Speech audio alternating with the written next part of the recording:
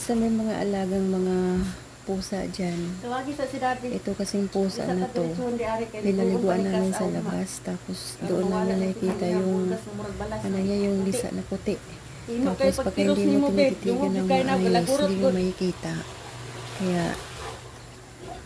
ano ba dapat gawin dito? Pa-injikan ba to? May powder ba na ilalagay dito? Kung hindi man siya ma-injikan, ano talaga ang dapat gawin sa kanya?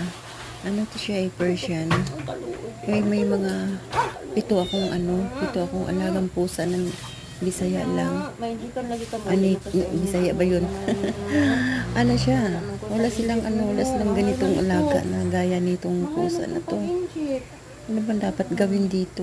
Pa-injikan o yung powder lang na ilalagay sa balahibo niya? Kasi talaga ang dami, para na siyang buhangin. Pero puti eh. Diyos ko, ang tunog pag tinitiris mo. Sobrang tunog. Dami talaga. Kaya pala, yung laway niya dahil sa dami niyang dinidilaan niya yung balahibo niya.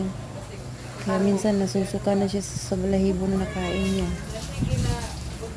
Ano ba dapat gawin dito? Pa-injikan ba to? O may powder kaya na inilalagay dito? Ay nako. Kasi pag hindi namatay yung mga alaga niya, yan kasi ikakamatay nila. Nasilan kasi yung mga ganitong pusa. Pa-injikan gini nila. Yung ganyang may alaga na sobrang katil. Minsan di siya nakatulog. Panay ang niya kamot. Daghang kay kuan kuya. Dinidilaan niya yung balahibo niya. Kaya nga minsan naliligo yung sarili ng naway. Kaya ayun, kanina pinaliguan ko siya ng wash out. Pero sandali lang, mga 10 minutes lang. Kasi baka mapano siya, ubuhin. Ano bang dapat gawin sa kanya?